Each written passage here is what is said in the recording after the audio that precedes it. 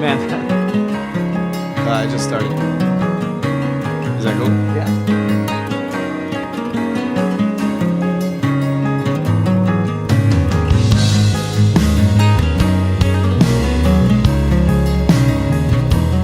Hello, folks. Welcome to Brothers of the Serpent podcast. I am Kyle Allen, here with my snake bro, Russ Allen. We are here to engage in unscripted conversation, although I am reading a script at the moment, about anything and everything, but mainly about those great mysteries which we are reaching for at the cutting edge of our technology, and those which reach us from the greatest antiquity. Ah, yes. My script went blank while I was reading that. Totally unscripted, folks. Unscripted blankness from the script. Totally unscripted. I'm just sitting here trying not to touch anything. You're touching the floor. Right. Failed. I can't not do that. I'm touching the air and the chair. But like if I tried to move this mic, it'll probably break, and fall over, and the tangent cube will collapse on us, and then your house will burn down, fall over, and sink into the swamp. Based on what was We'll happening. build it all the same. Based on what was happening to me at work today, that's what would happen if I touched this mic stand. Yeah. Basically, Tuesday is Monday on Tuesday. Yeah. Like everything I tried to do broke. Damn it. I did maintenance on the machine and then it's like, it stops working. Yeah. Yep. God. Oh, my Yep. God. Are you going to pressure wash that? Pressure washer stops Right. working. Pressure washer breaks. Yeah. It was a tough day. But it's getting better. Okay. It's getting better again. That's On Tuesday. Tuesday. On Tuesday. Did you bring your coat? Hey, I wanted to go back to something we talked about a while back. I don't remember what episode. I think it was episode 1. Whoa. Whoa. No, it wasn't. But we had talked about daylight savings time, and I was talking about how, I was looking at the stars and all this kind of Oh stuff. yeah, but we've been corrected on that. It's daylight saving Oh yeah, time. yeah. It's not savings. Daylight wasting time. That's right. It's just Daylight saving time, But- which is not ever. Yeah, but what I was going on about was looking at the stars and trying to remember the positions of the zodiacal constellations at certain times of the year or whatever. Yeah, trying to recognize them. Yeah. Well, I just discovered this great thing because it gets cloudy and you can't look at the stars at night, or Right. I have to go to bed early because I got to get up early. I can't look at the stars at night, and that was bumming me out. But I just realized like modern technology. So when I'm laying down to go to bed, whatever time that is, I'm in my bed. It's dark in the room, and I opened up Sky map. and I'm laying in the perfect position. I'm just looking around the sky from my room, and all the zodiacal constellations are labeled, and I can look and see which direction I'm looking from my bed at night. And you could do this in the city if you can't look at the stars at night, like when you're going to sleep, whatever time you normally go to sleep. So let's say you routinely go to sleep at 10 o'clock, right? Yeah. If you're a loser. I'm just kidding. No, but Or if you have jet lag because of daylight saving time. no one really knows what time you go to bed because it's daylight saving time. Yeah. Anyway. 9? 10. That's right. So 12. I was checking them out, and I'm looking at Leo, and I'm like, okay, the position of Leo is like this, and it's midnight. And I actually took a note. I decided I'm going to do this legit, Yeah. So I went to my little notes thing, and I was like, okay, it was the 1st of May when I did this, and I was like, okay, the position of Leo, the 1st of May in 2017, blah, blah. I just made a quick little note, like, here's what the position is. I remember the one we figured out. I've never forgotten it because all the twos lined up. It was February, and it was Orion, and at midnight, it was at 2 o'clock. Right. Yeah, it tilted to 2 o'clock. I was like, okay, so it's February 2, second month. Ryan's at 2 o'clock at midnight. And that was before daylight saving time. Right. Right. Yeah, February. So, yeah, I need to go back and correct my note, or just put, whatever, D, S, T. Just, You know what I mean? Just put a little note there. Yeah. But anyway, I just thought like that is. I realized So like basically, what you're saying is a mobile phone is a window into space. Yeah, and I realized like, dude, that was really a pathetic rant. I was complaining that because of this 1 hour shift, I couldn't memorize the positions of the stars, and I'm like, well, you know, it's cloudy a lot. That could be another reason. Yeah. Or I'm not a. Yeah. So anyway, this is I think a possible solution. Yeah, but cloudiness isn't the same as shifting the hours around. You're right. Yeah. I still have the same complaint, but I am determined to overcome that problem. And this is a good solution. And I just thought, man, like I want to tell all 5 of our listeners about it. We have 5? Holy crap. Because, you know, wherever you are, you could try this out too. It's really cool. That's right. And it works from anywhere you have mobile signal. Right. Just make sure you've got your location on there. Right. Because it'll be like, oh, yeah. Oh, you're on Mars. Nearest signal tower, Mars. Anyway, that was just a little quick update on my progress on the daylight saving time conundrum. Yeah, that's cool. So, about that though, like, it really is about saving daylight. That's so no one wants it. The farmers don't want it. Everybody hates it. But the reason they keep enacting it is because of environmentalism. Like they think this makes people not use electricity as much because they go to bed. They don't have the lights on in the dark. That's what it's about. Because it was started during wartime, right? When they were trying to like make people cut down on the power usage. Peak hours. Right. And change the peak hour. Well, it changes the peak hour, but it also makes people so like you don't have your lights on in the dark because you're going to bed earlier. When it's daylight. Yeah. Basically. I thought it was to save candle wax back in like Benjamin Franklin's time. That's right. That's what it was all to about. Save whale oil. Yeah. It's all environmentalism. Save the whales. That's right. Yeah. Well, the whales should be saved. And the bees. The bees, they should be saved. Birds too. I got some weird stuff about birds that I want to talk about. No, we're not talking about birds and bees. No, not birds and bees. Just birds. Dead ones. They fly and then they die. But anyway, we'll get into that later. Yeah. Cool. So yeah, we actually did some more scripting on this for this podcast, which we decided we needed to talk about the origins, our origins, and our the reason for our name. Because it's episode 6. Six. Wait, that's too many sixes. Yeah. Just one. 3 times. That's right. Right. So many of you may be wondering, where is episode 1? Well, it does not. Well, it exists in some strange space-time, like a secondary dimension thing. It got lost. Basically, we lost it. We think. We're not really sure. I remember doing a pilot episode. Kyle thinks it was episode 1. I'm like, dude, we called it the pilot. You're like, dude, it's the first episode. And then I was like, but we didn't ever do a first episode because we did a pilot. Everybody was telling us like, you'll never even do the first episode of a podcast. So we just went to episode 2. Yeah. But I remember a pilot. Anyway, it's all confused. So there must be some kind of weird. The pilot crashed. This is a big. That was the plane that didn't have the pilot. Okay. That's right. All right. First episode. Wait, episode 2. That's right. And then, so obviously, the pilot like disappeared from the plane crash and then walked down a volcano, like in the past. Yeah. Okay. Down the flat Earth volcano. That's right. Where does the lava come from in the flat Earth? From the turtle. Oh yeah. This is not flat. Well, no, it's flat Earth 2.0. It's the hill. Oh, okay. With the ring of water around it. Yeah. Gotcha. Here there be dragons. Bee dragons? Yeah. Is that like some kind of weird insect hybrid? Yeah. They have papery wings. So what's the reason for the name? Right. Brothers of the Serpent. There is an ancient.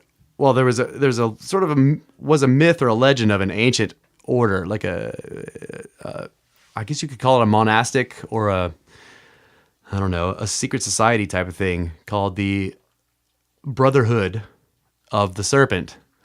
or the Saramong Brotherhood.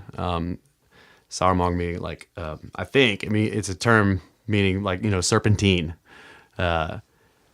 So it's always kind of been a myth or whatever, but there was an archaeological find where they were digging, they were kind of like, they had uncovered this monastery, a rock cut monastery or whatever. So there's all these rooms that had been hidden in rock, and I think it was in Turkey. It was somewhere in the Middle East, but they were going through the rooms, and it was an ancient place. They were going through the rooms where there were kind of remnants from the people who had lived there, the monks that had lived there a long, long time ago, and they found some papers of like a collection of letters, basically, where one of the monks that was living in this place was communicating with a monk from somewhere else, and they were talking about the Saramong Brotherhood. That's what they called it in the letters. And they were saying that a colleague of theirs, who was in another city, had confirmed the presence of the Saramong Brotherhood in that city at that time or whatever. They said he said that the Saramong Brotherhood was here, but they had since moved or whatever. And so these are ancient monks talking about something that they think, that a brotherhood that they think is ancient. Okay, so that kind of confirmed the existence of this most ancient of secret societies, the Brotherhood of the Serpent, the original. Right. And if you go, William Bramley wrote a book called Gods of Eden, which we probably should do some shows on. And he basically uses the Brotherhood of the Serpent as that's what he calls this long standing, like, a secret society that has sort of passed down knowledge, but it gets corrupted. Right. Okay. So originally it was originally started to be a good thing, to sort of to spread civilizing knowledge amongst mankind, but it gets corrupted at some point, and becomes a force for bad in most instances. But there are still pockets of good within it, and like he points out throughout the whole thing that he's like you can see the amongst all this chaos that the Brotherhood is spreading all over the world, but there are still humanitarian impulses coming from it, from members within. So it's this very strange thing. So anyway, that's where the name comes from. We're the Brothers of the Serpent, because the original idea of the Brotherhood of the Serpent was about knowledge, about spreading knowledge. Right. So that's what that's civilizing mankind. Right. We're not civilizing anybody. No. But we kind of, in researching the ancient Sumerian quote unquote myths, right? We sort of made the connection between Enki and Yes. the Brotherhood of the Serpent. That's right. And so does Bramley. Like, he does too, yeah. Okay. Yeah. And Enki's, his main focus becomes at a certain point to help mankind, to save mankind. And Enki is and he's one of the Anunnaki. So Right. he's one of the Sumerian original gods, you could say. That he was one of the original three. You had Anu, Right. Enlil, and Enki. So Enki and Enlil were Anu's sons. Right. And they were on Earth. And Enki was like the badass. Yeah. He could build everything. He could invent anything. He could make stuff. He had all the ideas. He controlled all the meh. And Enlil was like, but I'm in charge, so shut up. Yeah. Basically. Yeah. So in that story, you see that, like, Enlil is sort of responsible for all of this death and destruction among mankind. Yeah. He had, yeah. And Enki is responsible for, lifting mankind up and trying to save them, Right. and free them from slavery. Right. I mean, there's the part of the story where Enki basically gives them the ability to procreate, because up until Right. that point, they're sterile hybrids. Right. And he's having to make them because they're being used as labor. And so he's having to make them, and then they get worked and they die off, and then he's having to make more. And so there's all these operations all over the planet. The Anunnaki are running mines and doing all kinds of crazy stuff, and they're using up the humans a lot. So, and he's like, God damn it, he's tired of making them. So he goes and he takes a particular set, and these are the ones that end up being called the Adamu, the first men, and he gives them the ability to procreate. Him and his sister, Ninhursag. Ninhursag. Really strange names for the females in it, but yeah. So him, and she's like the geneticist. So they work on this, and they are able to make mankind a viable species. The Adamu become the first men the ones before that are just sort of, I don't know if they had a name, but they were kind of like not really considered sentient. Really, they were almost They just kind of called them like the workers, right? And they were like they weren't. I don't know. You just sort of get the weird idea that like they didn't have personalities. Right. There was the problem of like trying to give them or make them in such a way where they could do these menial tasks without messing up, but they needed them to be able to think. Right. You need them to have a certain level of intelligence, but not too much. Right. So there was like a disagreement between Enlil and Enki, and they were brothers, half brothers. And Enlil was there's a whole complicated thing about the succession and like who is the rightful heir, because Anu is the king or the emperor of their society or whatever, and so Enki's his firstborn, but Enlil is his proper firstborn. Right. Yeah, the one from the legit wife. The legit wife. Yeah. So even though Enki is the older brother and he's actually better in almost every way than Enlil is the one that is actually the successor to the throne. So he is actually more senior to like in the command thing to Enki, like he's above him. So right. Enki is given the Abzu, which is like, I think it's Africa, I don't know. And he's given orders basically to, the Adamu are going to be this certain way, and that's it. And Enki breaks the rules. Yeah, and gives multiple times. Yeah, multiple times to help mankind. Right. So in their stories, he saves the Adamu from the flood. Right. That's right. He was the one who basically tells Noah, their version of Noah, like how to build a boat and that the flood is coming. Yeah, and it's kind of a funny story too. Like Enki does this stuff, and he's like the trickster in a way. There's the council of 50, and he like in this 50, like Enlil gives the command, like none of you, because there's like all these Anunnaki there, and they all have humans, right? And various levels of them, like, or various ones of them like them more than others. So some of them treat them like just like objects, and other ones like them a lot. So he makes them all take a vow to not tell the humans about this coming cataclysm. Right. And Enki swears this as well. But he's like, God damn it, so he hit one of his servants to go and summon Noah, Xisithris, and says, tells him to come, like your God commands you to come to to this wall or whatever. So Noah walks over to the wall and he's standing there, and Enki's on the other side, and he starts telling the wall about the coming flood. He's like, wall, there's going to be this crazy flood. If I were you, wall, I'd build a boat. I'd build it just like this, Gives him all the design. So he tells the wall. He doesn't break his vow. He does not tell any humans. He just tells the wall, and there's a human on the other side of it. Yeah. And hears everything. Yeah. That's great story. And after the whole flood was over, when Enlil finds out that some of the Adamu survived it, he's like all mad about it. Yeah. And he wants to wipe him out. And a bunch of the other Anunnaki, say no, and they convince him that this is a good thing. It's going to be great. And right. And also the flood was far more destructive than they thought it was going to be. Like you get the idea that they kind of left the planet, but they watched it, and it describes them weeping as they see that just the destruction, huge waves rolling across everything they knew, and they were just like, oh my God. And all the people down there are just getting wiped out, and they knew it.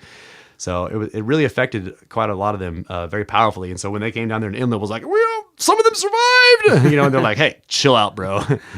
So he ends up changing, his mind, like, okay, yeah, you're right, it's cool. Somehow he decides that it was a good thing, and then he's the one who makes the promise. And I think he decides that it was a good thing because he realizes that Noah saved all the crops. That's right. Like, because he was like, wait, we don't have any food here anymore. Yeah. But Noah's like, I got seeds.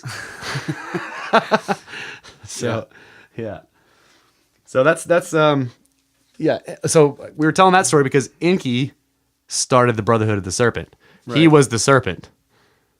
Right. Like his original, Enki was called, he had a lot of names, but the Sumerians called him it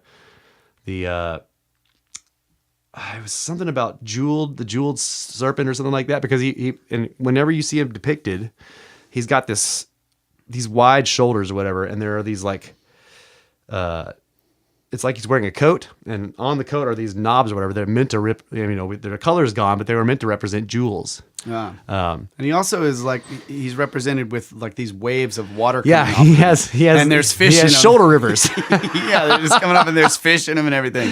Yeah, because he was the.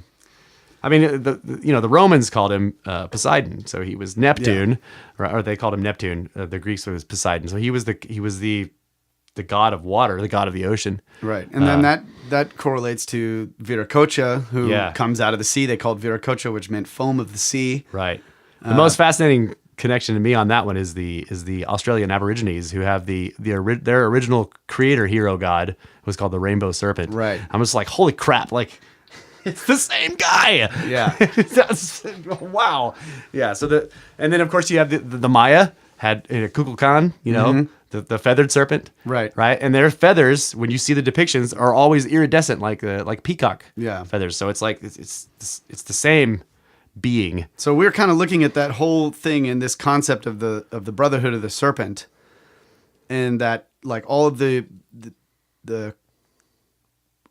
deeds that Viracocha or the Viracochas did with their 72 followers and all this. Right. They go and they civilize man, they teach them Oannes, like the Greek one. Like that was a weird. He comes out of the water and they're like, he was a fish, but beneath the fish head was a man head, and you're like, what? And he had fish fins, but beneath the fins were man hands. Yeah.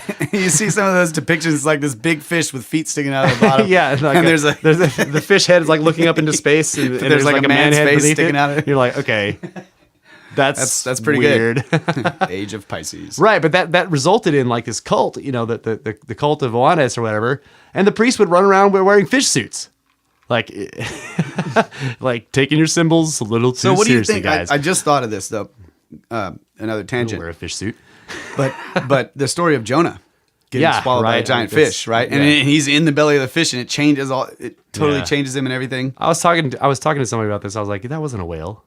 That was like a submersible or something. Right. Like, can you really get swallowed by a whale? And survive in there? I mean, whales are baleen, unless it's a toothed whale, and then you would definitely get... But I mean, still, he's in there for how long? And he's like sitting in the stomach. Right, and it's like I'm just going to take this guy to Nineveh or whatever. And there wouldn't be any air for him to breathe in there. Right, the idea is there's the air hole, but he would have to be in the lungs, right? Yeah. Like, okay, so if he's in the stomach, he's going to be being digested. Yeah, it's not possible. So, but the whale is a symbol. Yeah. For a machine. Just like the bird is a symbol for a plane. Right, yeah. The whale's a symbol, yeah. Anyway, that's the basis of our name. We're the Brothers of the Serpent is just a play on that, yeah. A play on that, and the idea that we like this idea of the bringer of knowledge and understanding and civilized behavior to mankind. And mainly because we're in like the most secret society ever in the world.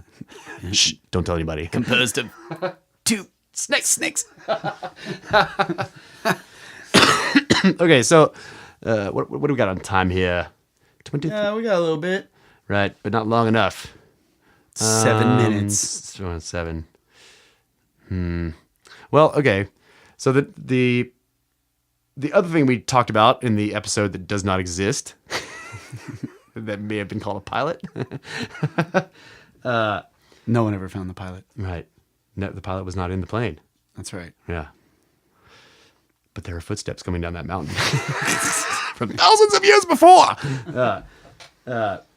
We talked about how we got into this stuff, like what the like atypical like origin story. I would love to see like Spider-Man's origin story on the big screen. Maybe if somebody would make Spider-Man origin story movie, that would be awesome. I'd like to see that. Or maybe a Batman origin story. That would be great. Yeah. So. Somebody should do that. Yeah, that'd be cool. They should do it 3 times. Yeah, there's 6 times. Just keep doing it. So we have the way that we got into looking into this stuff, because you kind of have to do the Alice thing. You have to chase the fucking rabbit down the hole. So what was the rabbit? For me, like, there's that movie or the book or whatever called John Dies at the End, right? I don't know it. Okay, well, yeah, there is one. It's called John Dies at the End or whatever. This one is Russ Dies at the Beginning. So that's what happened. Well, I mean, I didn't die, but we had the wreck. We had an accident, which like drastically changed everything. And one of the things that happened to me was a 13-hour surgery, and I woke up in the ICU, but. When I was waking up, I was like, I had the idea. I was like, what am I doing back here? Right. And I don't remember where I was or whatever, but I just have now, many, many years, like a decade past. I have the memory of a sensation of loss that like I had, when I was waking up, I was like, I was coming back from somewhere where I had been, like, I thought this life was done. Yeah. Like I was, it was so far in my past. I was like, what am I doing back here? Like, I thought that was over. I was like, dude, I was somewhere else with a different life doing, and so like, I woke up really pissed off in the ICU. It's crazy. Because it was literally, I mean, I don't remember anything about where I was. I just remember the sensation of like, holy fuck, why am I back here? Like, it's a very strange, so it's kind of like I guess it's kind of like a near-death experience in a way, right? I don't have any memories of a near-death experience. And they never said that I died on the operating table or whatever. It was just a really long operation. But somehow that changed me, that changed because I contemplated that sensation, that feeling, a long time. I kept thinking about it, like, what was that about? And of course, I'm bedridden. So I played video games and shit. And like eventually I get out of the hospital, I'm back home, but I can't really move around a whole lot. And I'm awake at night because there's various, pain, can't sleep, or I'm on all kinds of opium drugs and stuff. And then I eventually, like, I'm bored of all the video games I have. I've read every freaking book in the house. So I'm on the computer in the middle of the night, just looking for something to read or whatever. And I come across this website that's just, I think it was called,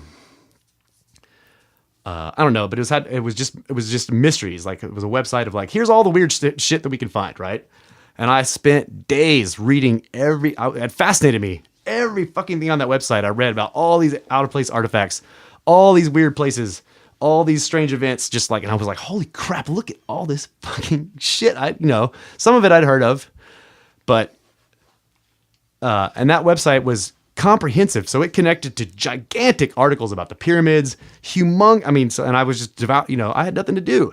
I couldn't go anywhere, couldn't do anything, just like sitting around the house, fucked up on pills, in pain.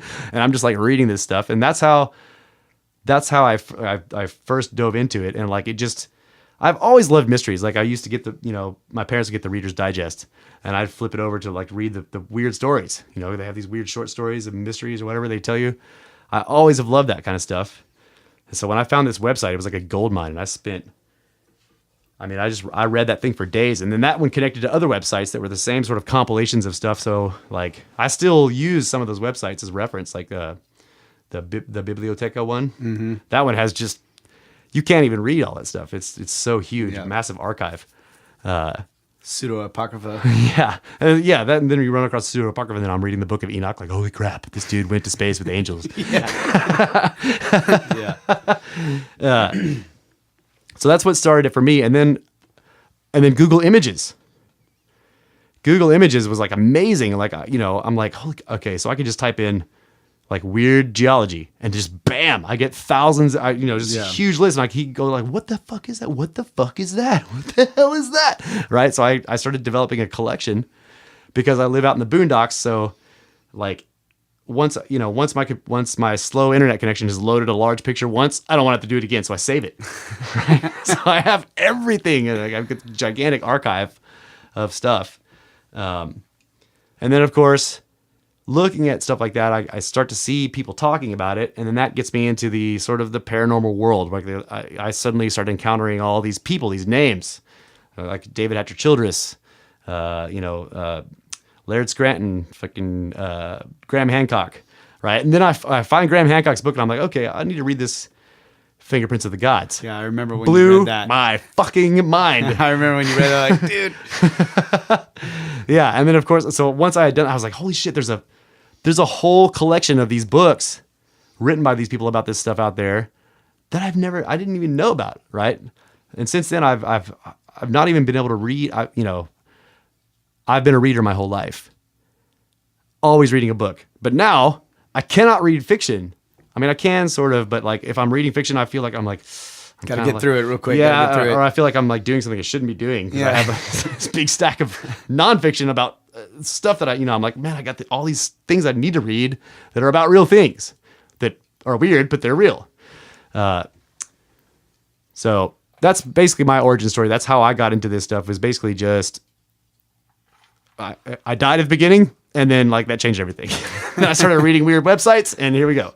So it's a pretty simple origin story, but that's how, that's how I got into it. And then I started trying to get Kyle into it. And that's where we'll go at the end of this break, which we should take right now. Good timing. See? Pro. All right. Snake Bros.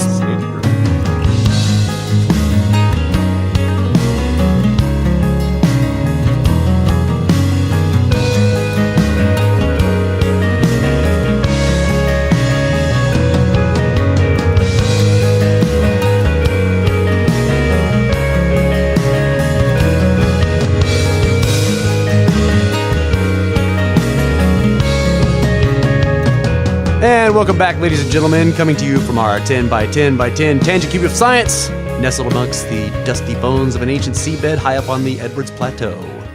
We bring you magic, mysteries, and mayhem. We are Brothers of the Serpent. And I think we're going to do Kyle's origin story. I was born in a basket. Floated down Beneath a special star. I was floated down the Medina River, and I was picked up by Princess Yeah, what do they call it? The Medina? Snake. It's Means snake. Medina's an ancient town in Egypt. Oh, well, it means snake in Spanish. Yeah, that's what they say. That's what they say. There's also pyramids. We like to fish in the river of the serpent. That's right. But I swear, when you fall in that river, you see pyramids out there in those hills. Ban Giza. Ban Giza, buddy. All right. So after I got into all this stuff, I started coming down to Kyle's house and showing him stuff, trying to get him. I'm like, bro, check this out. Look at this gigantic conspiracy. Or look at these aliens. And he was always like, yeah, well, yeah. But he was interested, but he didn't like dive into it like I wanted, He was always interested in what I was saying, but it was just never like, it didn't grab him until one day it did. And that's what he's going to talk about. Yeah, I was never much for conspiracy theories. I don't know. I was just like, It seems like an easy answer. It's like there's a conspiracy for everything, right? But there like is. daylight saving time. Stopping us from doing magic. Everything is a conspiracy. But yeah, I just wasn't interested in any of that particular stuff. And still today, like, I don't know. I don't follow like the UFO sightings and abductions and all that kind of stuff. So many of the what do you call them? Paranormal subjects? No, the like the personal stories of things. Just anecdotes. Anecdotes don't really grab me so much. Like I because you think they're all lying. No, I just can't do anything with them. Like I don't know what to do with them for some reason. But I've always been interested in ancient cultures and ancient artifacts and all of that stuff from the past. And I believed for the longest time that the standard model of the archaeological record and just everything that we were told, these are tombs and blah, blah, blah, that was the way it was. Yeah. But it was still fascinating to me. Right. I've always been fascinated by the pyramids and the pyramids everywhere, and ancient ruins all over the place. And Yeah, whenever I traveled, I always made a point to go visit whatever ancient sites I could. Remember when I was like, dude, we should watch Ancient Aliens. You were like, well, like, what's it about? And I was like, basically, they like take you to all these crazy ancient archaeological sites that are weird and have mysterious things about them. You're like, fuck yeah, Yeah. So watched all of those. Watched every single one. But yeah, watching the pilot episode of Ancient Aliens, I was just blown away. Like, yes, dude, I need more of this. And I watched every single episode multiple times. Yeah, they're great. I've always loved that stuff, and I learned a great deal from watching Ancient Aliens about, not necessarily that, all of these guys on that show, their theories are, Alien based, correct or whatever, but the mysteries right that they point out in all of the episodes, that's right. I just love them. The great thing about Ancient Aliens was not that like, look, aliens did all this stuff, but that they pointed out the gigantic holes in the standard model. Basically, they're like, look, this doesn't make sense, so maybe aliens? And like, you could just ignore that last part and say, look, that doesn't work. Yeah. So yeah, that's what was great about it.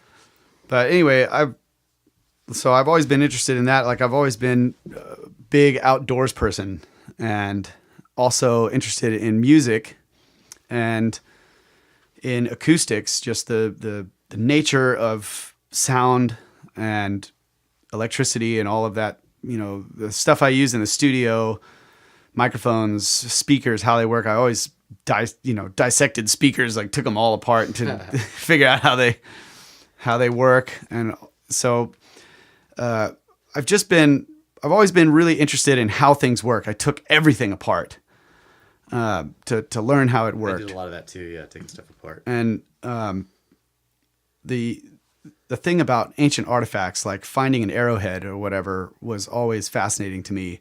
And I would think about how this tool got here, where I found it hundreds or thousands of years after the last person held it. Just always blew my mind. And it was always a pastime of mine to go out and explore and look for ancient artifacts and look for caves and just glad. Glad. Get lost and die.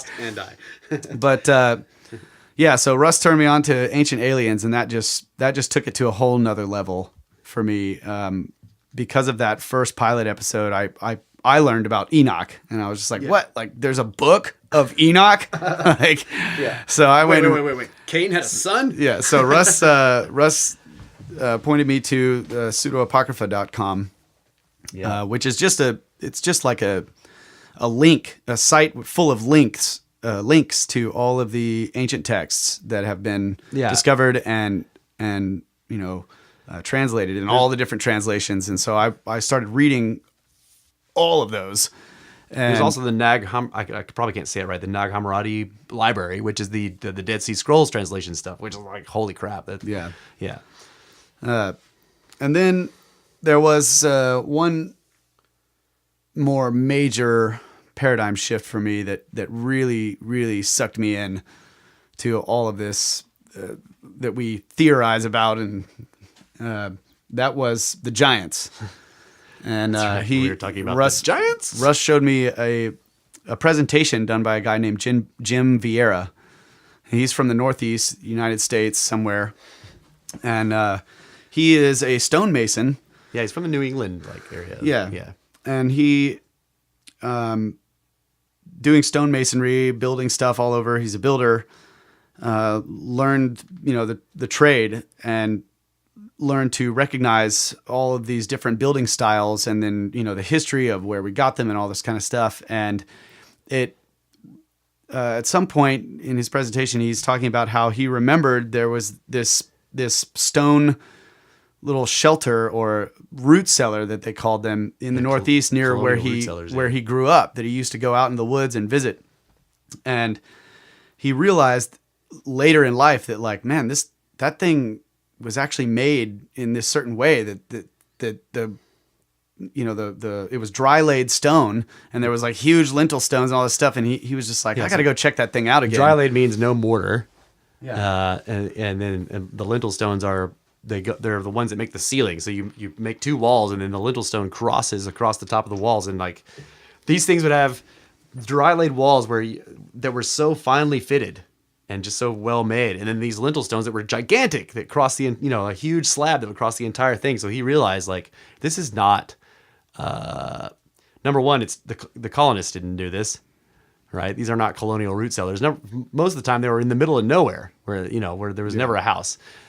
So anyway, he made a study on that, on these stone chambers in the Northeast, and documented a whole bunch of them. Went and visited a whole bunch of them, and started finding out they were aligned. And right, he started looking at like noticing that the entryways were aligned with the summer solstice or the winter solstice or the equinox or whatever, and that ended up leading him into trying to research like the origins of these things. And so he would go to the town libraries in these small little towns and like dig through all of these old documents to try to figure out like, well, who settled here and what who made this, and couldn't find any record of people actually claiming that they built it. And then a lot of them he was finding is that they were saying it was there when they got there. Right. And that there were mounds associated with it. Yeah. Right.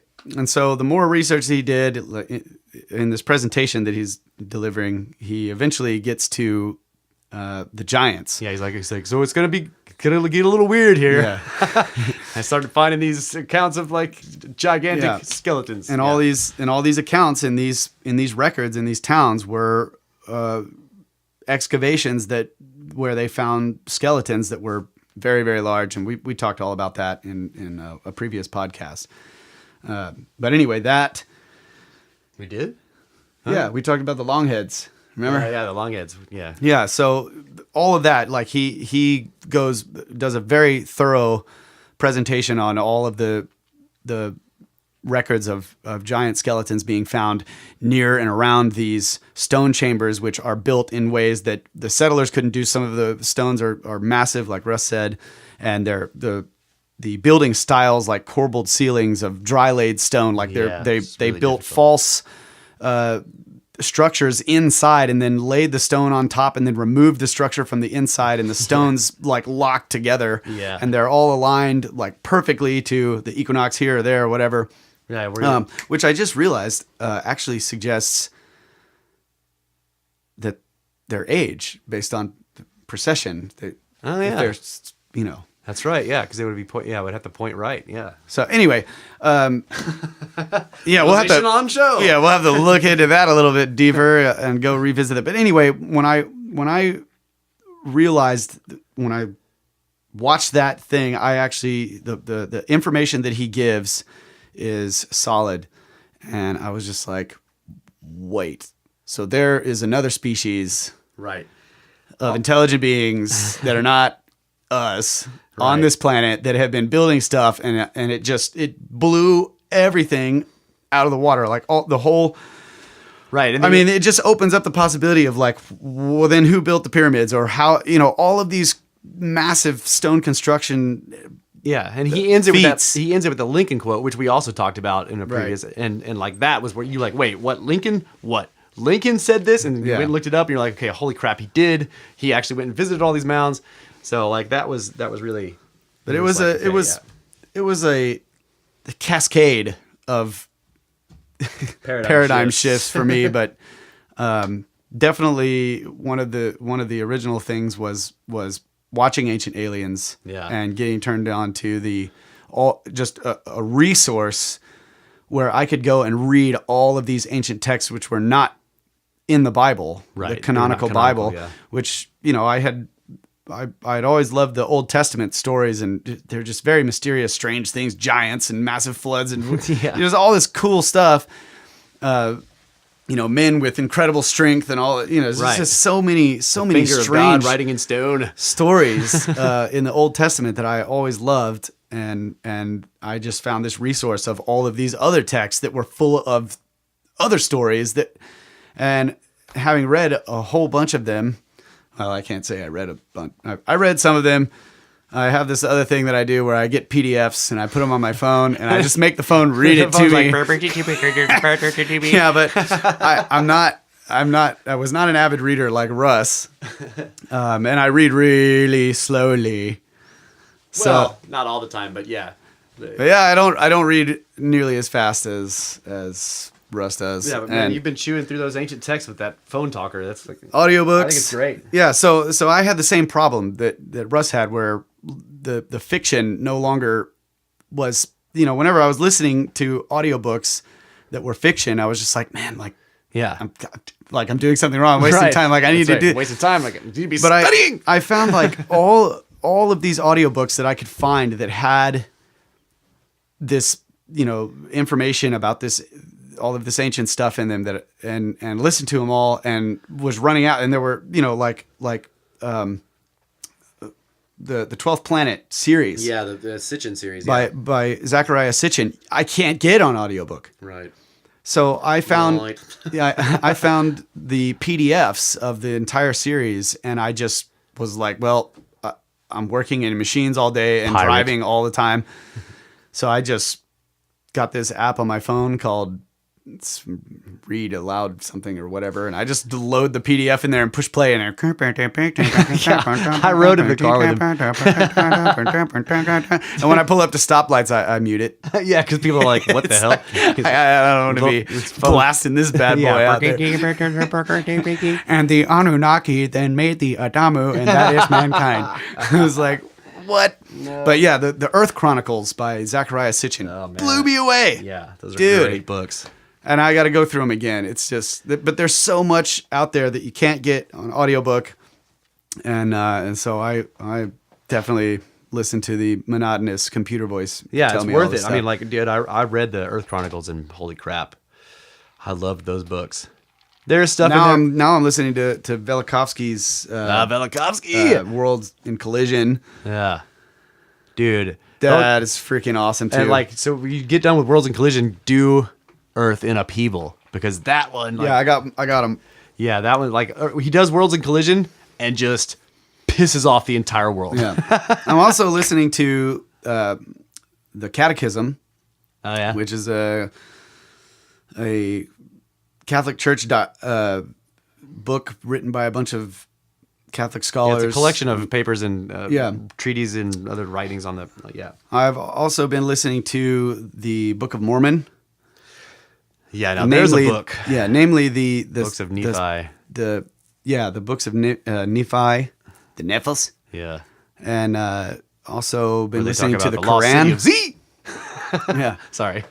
Yeah, I'm just like I'm not like doing one at a time. I'm just like going through. I got all these PDFs. Man, I love the stuff in the Quran about the jinn. I haven't got there yet. Oh well. Yeah, but yeah. So anyway, diving into the rabbit hole, and also a bunch of stuff about the universe. Okay, another big thing for me was in when this paradigm about the giants, like, it just blew away the whole archaeological thing. There was this other thing that was happening at the same time, which was, it was kind of all together, but the realization that we meaning modern man and all of our collected knowledge, we don't know so many things that I thought we knew. Right. You have to unlearn. Like I think you and Archer, our friend Archer, we were having a discussion about electricity, and you guys were just like, yeah, like nobody really knows what it is. Like, we don't know what it is. And I'm like, what? Like, I thought we knew. Like, this. It's like this. It's like, yeah, turn the light on, bro. No, we don't know what it is. Yeah. And holes. It's holes running backwards. And so for me, it was realizing that we didn't know things is what really inspired me to magnets. We to learn about it. Like, we don't fucking understand magnets. Yeah. So I would get like, books on physics or whatever, chemistry, all of this stuff that I could get to learn what we might know, or what experiments have, what results we've gotten from experiments and all of these various phenomena, and how all of that happens, and all the while with this idea that we don't actually know what's going on. Right. And it just makes me want to study more of it. Right. So you become interested when you think that it's all known, you're kind of not interested. Yeah, it's like, so Russ and I had this discussion about, like making hydrogen and building some type of generator or whatever engine Yeah. out of hydrogen. And I was like, it's like, If it works, people would try yeah, it. exactly. If it works, it would have already been done. Yeah. Like, it's just pointless. Yeah. But not anymore. Like, now I realize that we don't know. And there's so many... People don't try things because of that. Right. Because they're like, well, it would have been tried. It's probably been tried. Yeah. Yeah. So now I'm trying stuff in the 10 by 10 by 10 tangent cube of That's right. science. Sometimes exploding the world and having to rebuild it. Thus far, I haven't achieved anything monumental. But I have learned a whole lot about how little I know. What about that time you duplicated yourself? So that's kind of how I got into it. All of this, whatever this is. No one knows what this is. I think that's part of the thing. It's like, You're way far away from your mic, bro. I need to move the chair. Just move the mic. There. I can't. If I touch it, it will fall down, break, cube will collapse, house will burn down, fall over, and sink into the swamp. So, the books of Nephi, like the Mormon thing, this interests me. Like, I really think that, when you look at the Joseph Smith story, right? And I know everybody probably has seen the South Park thing where they're making fun of it, but are they really making fun of it? Yeah, I don't know. I definitely thought they were when I first saw it. Well, when you listen to the song, it's like Joseph Smith, he was a prophet, dum dum dum dum dum, right? Yeah, yeah. But what they're saying is that story is stupid, right? But what really happened is not stupid. He didn't say he was a prophet. Basically, he's like, when he was a kid, when he was like in his teens or whatever, he gets this vision of something he calls an angel. But when you listen to what he says, that this being of light appeared in his room one night, and it like basically said this whole spiel that it wasn't responsive to him. It just appeared and was like blah blah blah blah blah blah blah blah blah blah blah blah blah blah blah blah, and then it stops, and then it comes back and it says all of it again, then it stops, and then it comes back and it repeats over and over, Right. all night, like it's a playback. But then he described one part where it came back and it Interacted with recited it recited the whole message again, but there was one part that was changed. It had changed one little part, and he wrote about how it was strange the way it had changed it, as though it was like edited almost. Like, Right. It's really weird. Yeah, so But it kept him awake all night. right. You get the idea though that he's having an encounter, but of what? It sounds like a technological thing. Yes, to me. exactly. It sounds like some He kind of talked about projection. the beam of light, coming came down, and yeah. it's like there was a being in it, Right. in the beam of light, And that it was sort a- of, you could see through it. Right. It was a spectral sort of thing, and he calls it Moroni, the angel's name, right, or whatever. He calls it Moroni or whatever. But Yeah. which is where it introduced itself as Moroni. right. But then this thing eventually leads him to. He says it leads him to a particular hill is it in New Jersey? Yeah, the message was that it told him basically that he needed to go to this place, and I think it's in New Jersey. Yeah. So or it's like something. there's a hill or whatever, and you're going to uncover these texts or whatever, basically. Yeah, it tells him to meet him up there, Right. and he goes, and he's like uneducated. Right. He can't read. I think they were Christians. Yeah, they his were family, they were serious Christians, like almost fundamentalist or whatever. But his dad was like, "You've had a vision, Yeah, you must follow it." He's all worried about it, and he doesn't know what to do. And Yeah. he's working on the farm with his dad, and he finally just like his dad notices that he's all Weird, and not feeling well. And he's like, "Yeah, I didn't sleep good last night." Blah blah blah. And he ends up telling his dad about the whole vision. And his dad is like, "Well, then you need to do it. Yeah, you like, must follow go. Like you don't have to work today. Go do it." And so he got the courage and he went to the place, went up on the hill, and the same being was there. Appears and the there. Same, Yeah. Same sort of light Projection thing. Yeah. And And it- tells him to move this big stone. Yeah. Up at the top of this big hill or whatever. So he shifts the stone, and there's a case, some kind of box. Yeah, and inside it is like I think it's There's like a vestment and a something you wear, like you put on a vest and it's covered in all these stones. right. It's it reminded me of the 12 stone things that Right. the Pharisees wore or whatever in the Bible. And there were these books in there with all this writing on them that he couldn't translate. And But they were when metal. he put this thing on, he was able to translate it. Right. somehow. And were there spectacles, some kind of things he put over his eyes? I can't I remember. don't think so. Or it was a hat. I can't remember. There was something else, A right? headdress. thing, Yeah. So he puts on these vestments basically, and then that allows him. And the book is it's specifically described. Sounds as like the stuff that Ninhursag was right. Ninhursag. He describes it specifically as like it was a series of metal plates that had so a stack of metal plates that had. There was like a 3-ring binder. There were holes punched in one end, like 3 holes or whatever, punched in one end of the plates that had rings in them to make them into a kind of a book. Right. And they were golden, I guess, or I don't know if they were actual gold or they were just gold in color. Like, they were made of some kind of metal, and they were stamped or imprinted with Right. And this is at a time when he could not have known about metal books. the metal library or Right, all yeah. of these other myths and, That have and come up accounts since. that we've heard about where people have found these metal pages. So it's very odd.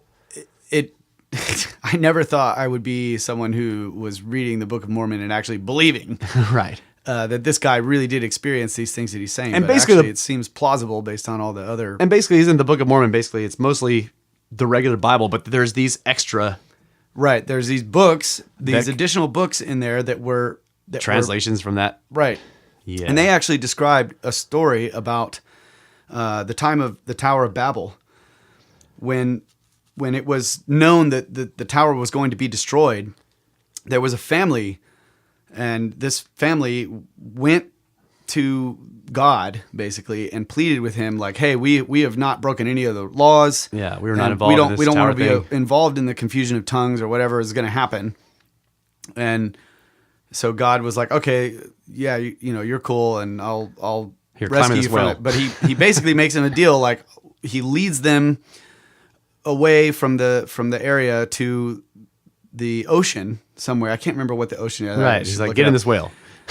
No, he makes them construct boats, but the boats are completely closed in, except for one hatch, and they're supposed to get inside them, and then they close that hatch and seal it up with like pitch and all this stuff. And there's one little hole. Bitumen. There's one little hole that they can open from time to time to get air, and they put them into the ocean.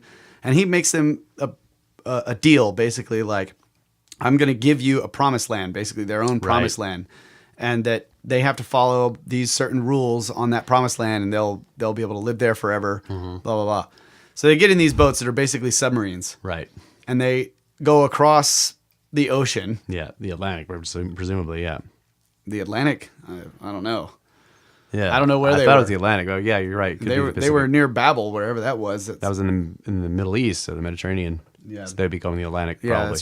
yeah, maybe so. I can't remember what the ocean was. I should look it up. They would call it something else anyway. Yeah, but anyway, Atlantic- they Atlantis. basically they arrive in the Americas, and they are basically given this land, and they lived here for however long and built all this stuff and all this crap, Right. and then at some point they broke the rules and they were destroyed. Right. It describes cataclysmic events. Like the part of the books of Nephi that I was most interested in is basically when it's describing this cataclysm, and it tells you the locations in North America of the Right. of the biggest cities and how they were destroyed. And Right. some of them were just buried. Yeah, but I'm pretty sure there was one city that actually had been discovered later Yeah. that really did exist. Yeah. Right. That was depicted in this. Yeah. In that book. yeah. There are correspondences with some of them, basically. Yeah, Yeah. with ancient places, but So I like to imagine this all of this stuff, the ancient sites down in Mexico and coming all the way up here, and then of course all the stone chambers and whatever. Yeah. Like who knows? But these amazing mounds and stuff that like the Serpentine Mound. What if all of that stuff was constructed and built by those people that were Right. that were sent over here before the confusion And of tongues in the Tower of Babel would some of- after the flood? would some of them have been giants, or would the Yeah. giants have already been here? I don't know. Because I mean, dude, some of those giant skeletons, like these are not ones that were found in mounds, but there have been some finds that are just like, you just get the idea that they are like incredibly ancient. Like the one where the guys were prospecting in the desert for, they were looking for good places to mine. I don't know if it was silver or gold that they were looking for. So they're walking through a canyon, and up on the canyon wall they see a black like bone sticking out of the canyon wall, and it's black. It's so ancient that it's black, and it turns out to be it's the leg bone, like the femur of a gigantic person, and it's folded up into the into the limestone of the wall, and it was like the limestone had been eroding, and it was like revealing the bone of the leg, and like so that yeah, in the limestone, that's right. really old. Yeah, I don't know, but it's. Or what about the thing at the bottom of the mines? So there's this idea that before the flood, so you have what was his name, like Shimyaza or whatever. Yeah, Shimyaza. And he comes down with the 200, right? The Nephilim. Yes. Are we? Yeah. Oh yeah, we're running out of. Well, we got a little bit. We got time? Is that two? Okay, yeah. No, we don't have time. We don't have time. Have no time. Anyway, they snakes come out of the mountains and snakes. Say this. We'll get back to it. We're going to take a quick break, and we'll come back to you with Nephas and Longheads and snakes and Mormons. Snake Bros.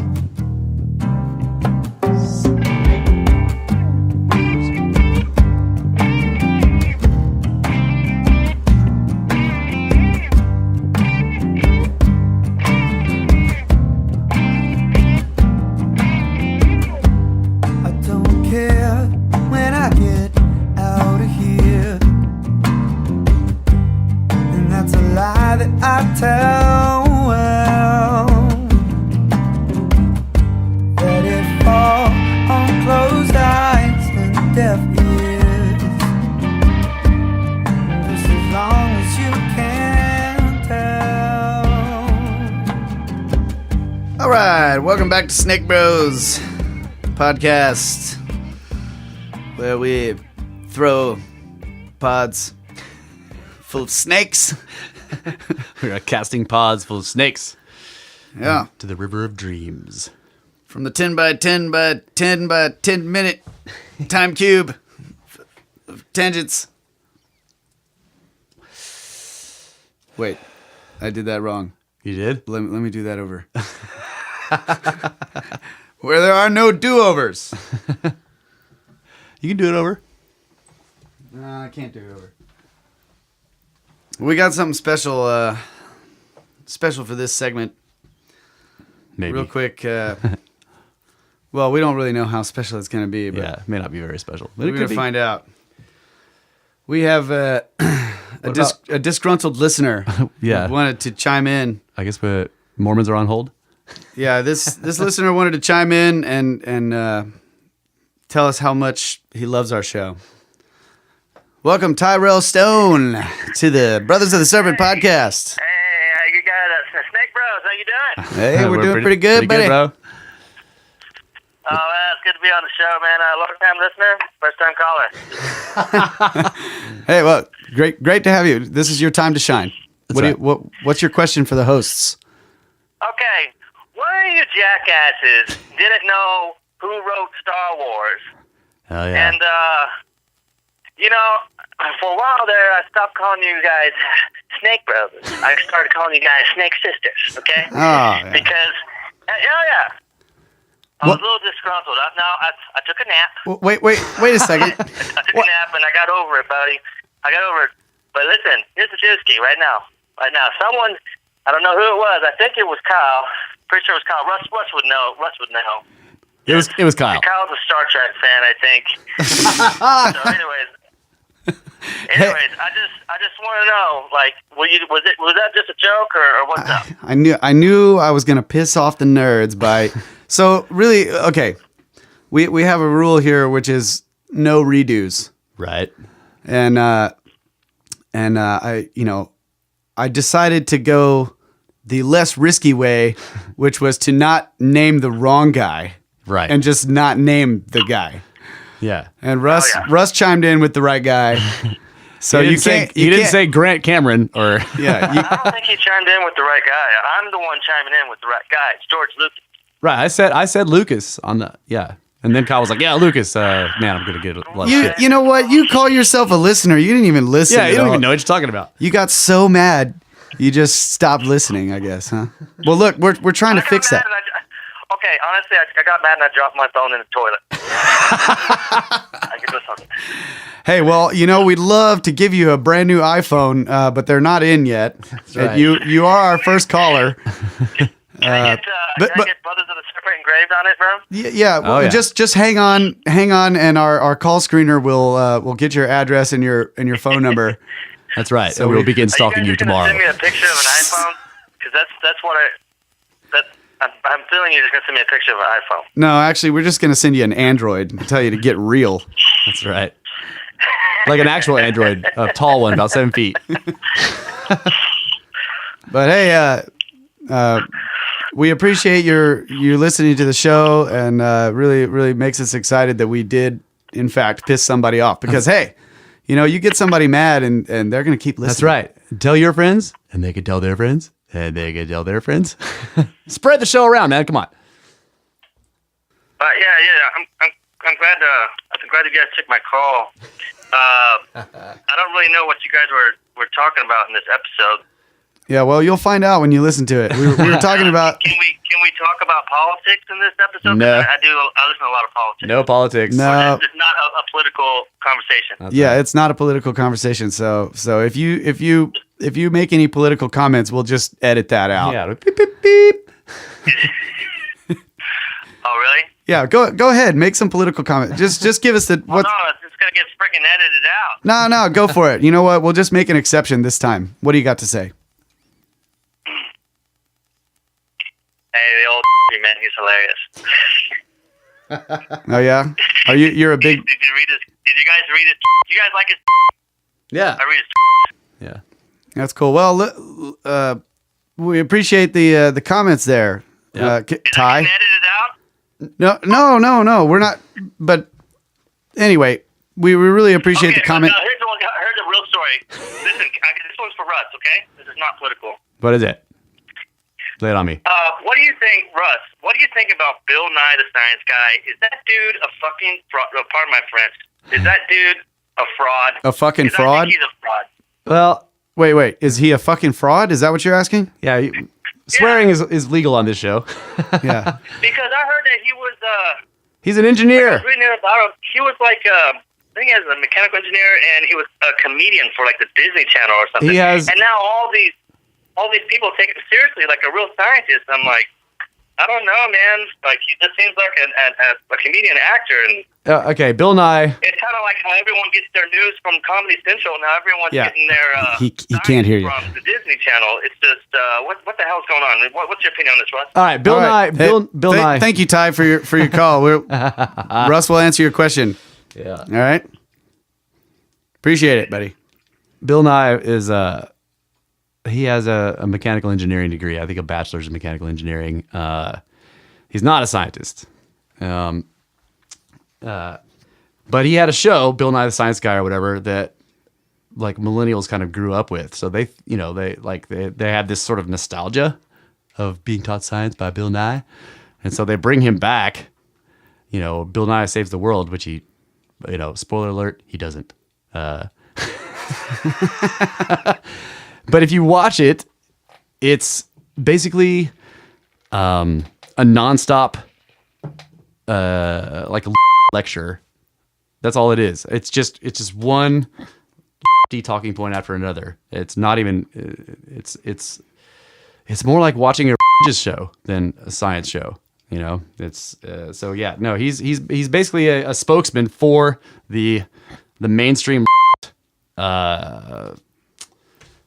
narrative, which they call science, and they basically will say that anybody that says anything slightly different from that is a denier, is anti-science. That's his whole shtick. So he's not a scientist. All right. Well, there's the answer to your question, Ty, and we appreciate the first call in, and we're going to work on that in the future, and we'll get better at it. We're going to eventually have it plugged in instead of me holding the phone in front of the microphone. So, Yeah. but, Where he can't hear us, or me, because I'm over here. yeah. Yeah. All right, so that was pretty good. First experiment there. Yeah, this is a good experiment.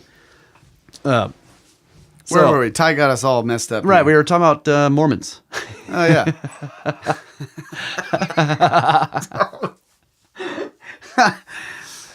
And really, what I wanted to get at is that enough things line up in the story with the metal books, the strange apparitions. Like if you look at the Our Lady of Guadalupe, the way she appears to the peasant down there, who then, she says that she wants a freaking cathedral built on top of this on this hill that he's on, and she tells him to go tell the bishop, right? And he's like a peasant guy. He's like, "What? But how am I going to see the bishop?" And she's like, "Go." So he runs down there. He goes all the way to the city and like convinces all the staff of the church to get into the bishop. And he tells them, he's like, I have seen the mother, and like she wants, he doesn't. The bishop's kind to him, but doesn't. He's like, look, I'm not. I can't. You're claiming to see a miracle, but I can't. I can't just build a church up there or whatever. So he leaves. And she appears to him again, and it's the same deal, like a beam of light. She's appearing in the light, right? The Fatima Visions were the same way. What's the Fatima? It was a famous kind of like prophecy, also of supposedly the Virgin Mary, and it was in a place called Fatima. So these three children were seeing this, and by the end of it, the third appearance. Like there were thousands and thousands of people there to witness it because they like wow, and they all witnessed crazy. There's accounts of it. So basically, these kids witnessed the first one. And they told a bunch of people. Then so a whole bunch of people sort of from the town area showed up to see the second time, and then they saw a bunch of stuff, and then that spread out like wildfire. And the third time there were thousands and thousands of people there. Yeah. And the kids out in the front, and then they were the only ones that could see the Virgin Mary and heard her talking. But everybody there saw some kind of light show weirdness. It's very interesting. So Joseph Smith's visions, whatever he calls his visions or whatever, appear the same as these types of things. Right. And then the way they talk to him, and the things that the things that he's told to do, the stuff, and then the books are like, they look like reports of what was happening in the Americas during biblical times. Right. That's really what it looks like. And I haven't been able to find where I read this, which is bugging me. But there's when Solomon was he was getting ready to turn over the kingdom to his sons, or to his son or whatever. He was kind of handling his affairs, right? Because it seemed like he was getting ready to go on some kind of journey, like he was going to just. Yeah. Walk to earth, right? As the old king. But he has this humongous, magnificent library of metal books. And he's dispersing them. So obviously, most of them he leaves to the kingdom, to his son. He's like, here's all this wisdom and knowledge and everything. But he's got a personal library that he sort of separates out, that he's going to put somewhere else. And then it says that he also gives a bunch of books to some emissaries, angels, who then take the books in these big chests and take them to the other side of the world, is what it says. Yeah. They cross the sea with them. And so it's like there's even this legend that metal books were taken to the Americas, right? And so when you read the books of Nephi in the Mormon Bible, which is basically, those are the translations from the metal pages. Yeah. The thing that interests me the most about those is that it's telling you the names of these gigantic, massive, advanced cities that were here in antiquity that were all destroyed in a cataclysm in various ways. Some of them were utterly obliterated, right? But some of them were just buried, which means they're still there, in that spot. And it tells you where they were, what they were called, and how they were destroyed. And there's one in South America. And I can't remember the name. It's a long, complicated name, but it starts with a Z. A Z? Yeah, it starts with a Z. Oh, A-Z. It starts with A-Z, the letter Z, and it's like Ziz, whatever the name is, right? Mm-hmm. But Percy Fawcett, the guy we were talking about, the explorer, was looking for what he called the lost city of Z, right? And then, and then manuscript 512 tells you about this fucking ancient city up on top of the mountains that was Right. destroyed in some kind of cataclysm, fire, whatever. They thought it was burned. So there's enough connections there. You know, it was the lost city of Z, right? Why did you Yeah. think it was Z?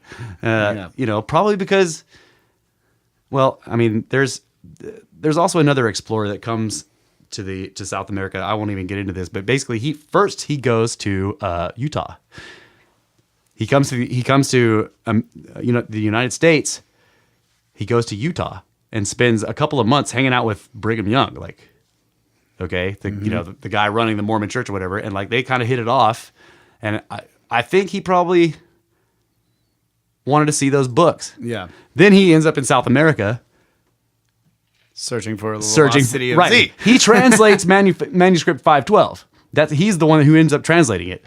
Oh, wow. Okay, so he translates it, or actually, it's really strange. His wife does. So like him and his wife are down there. He's kind of going out doing weird explorer things or whatever, and she's in the hotel room like translating manuscript 512, which he just includes at the end of one of his diaries. Like this guy published every single journal he wrote. So there's like massive amounts of texts that were published of his explorations. And in one of his journals, just at the very end as an appendix, is manuscript 512 with no explanation. Right? He just appends it to it. And then he disappears into the jungle for like 3 or 4 months, and that is one of the only periods of his adult life that is not recorded. He just vanishes into the jungle, and when he comes back, the descriptions of what he was like, he comes back out of the jungle, and he's in a port town or whatever in Brazil, and he just goes to the bar every day, and he's like drinking nonstop, and he's got this like faraway stare, and he does that for like a week. He's just drinking and just staring at and talking to nobody and staring off into space. Like he just had his mind blown, basically. He's sitting there like, holy crap, what did I just fucking see in the jungle, right? But then he gets his shit together, goes back to England. Anyway, so that's why I think the books of Nephi are fascinating, because when I read them, I'm like, this is real. Yeah, that's what I think too. That it's a Whatever it's a possible ancient account of the histories here in the Americas and in you know. Right. Whatever the Mormons, their religious practices, I'm not even talking about that. Right. I'm just saying Same here. this text, these books, I think are authentic. Right, and just going back to the fact that he goes and describes the way the ancient texts appeared, you know, on these metal pages and all that. Right. is, How would you know that? Yeah. you know, it's corroborated by all of this other stuff Yeah. Later. Yeah. that was later found. And I know there is one. I don't know where I read this either, and I need to go to look back into it. It's been a long time since I've looked into this stuff, but one of the cities that was written about in those books, they actually discovered Right. more recently. Yeah. So it's another thing. But this whole idea, you know, that there are these various cities, the accounts of these cities that are, you know, gone, and most, you know, modern archaeologists think, it's total BS. Right. It reminds me of and I'm not going to know the names of these people, but I think it was in Homer's Iliad. He talks about these cities, right, that were these old cities or whatever, that everybody thought it was all crap. Troy and Troy. And yeah. this one guy like takes it seriously. he's like, and this is not. Yeah. he starts like trying to triangulate the location of the thing based on what it was written. And he goes there and he finds it. Right. And he was a maverick, and everybody thought he was bullshit. He's not a real scientist, not a real archaeologist. Well, he just went out there and he finds Troy, and he spends the next like several decades excavating it. Yeah. So this is And by the another way, example of low hanging fruit. Right. We have an ancient text here. Well, it's not considered ancient. Right. The Book of Mormon, but it describes where these cities are in the Americas. Yeah. And like, dude, The Book of Mormon is not considered ancient, but the books of Nephi are ancient. That's what I say. right. But nobody Yeah. other than, you know, possibly the high ranking members of the church have ever seen the actual metal pages, but Right. apparently they still have. And by the way, Some of them the in Mormon church owns a mountain in New Jersey. They bought That's right. They own the freaking hill that, you know, the Right. mountain, quote unquote, hill, whatever it is that Joseph Smith supposedly found and supposedly he put them back. I don't believe that. I don't believe that he put those golden pages back.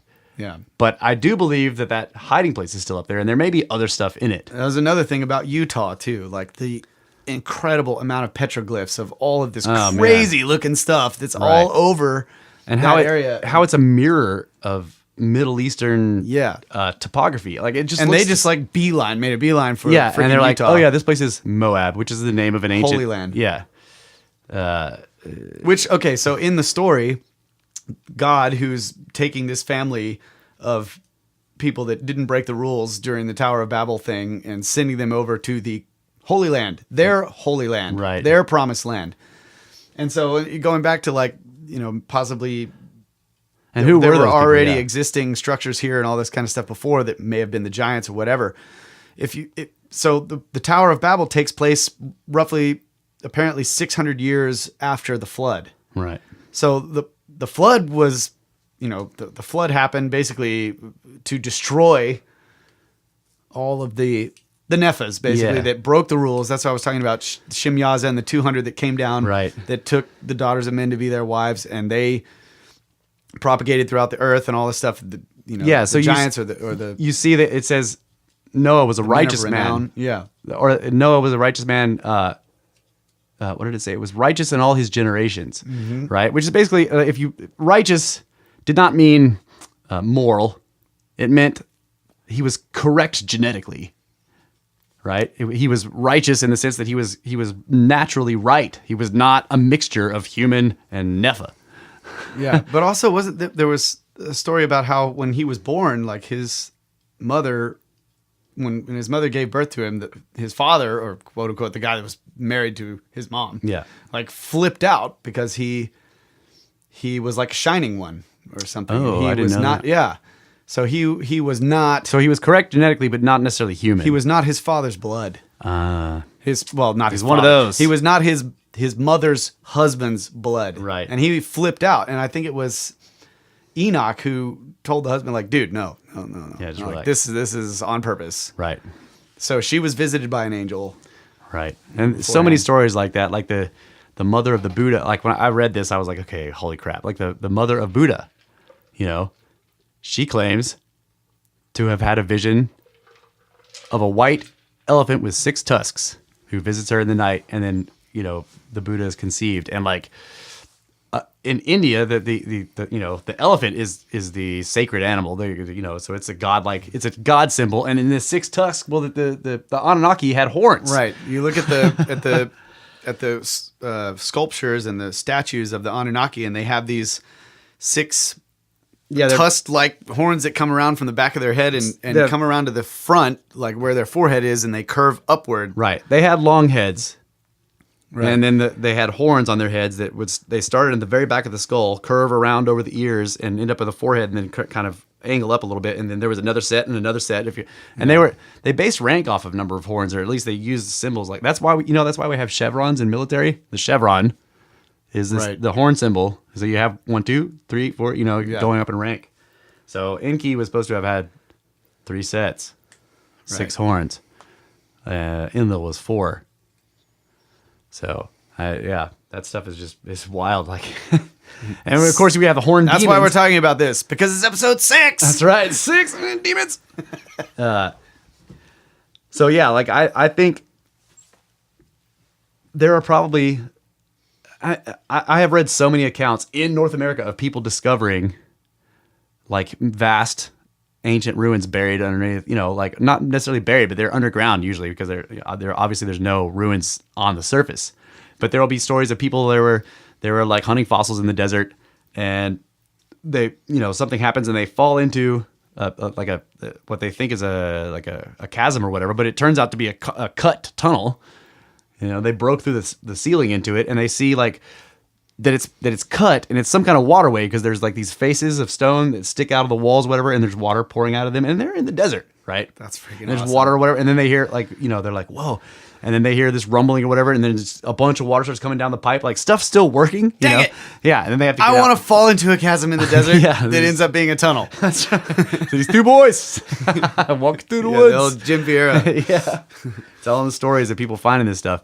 That reminds me too that there's this copper mine, and I don't know where it is, but it's in Michigan. In Michigan, okay.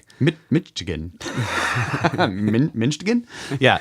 Yeah, it's a Michigan copper mines is famous. Yeah. And it's huge, and they've figured out like how many tons of copper were removed out of it. Yeah. So it's so much that they like, and of course you have to realize that they're estimating people in butt flaps with like rudimentary tools, but they're saying that it would have taken 1,000 men 10,000 years, or 10,000 men 1,000 years to remove all this material. And of course, 10,000 men, 1,000 years. where did it go? There's not. I mean, there's so much copper removed from these mines that the Americas should be covered in copper artifacts, and it's not.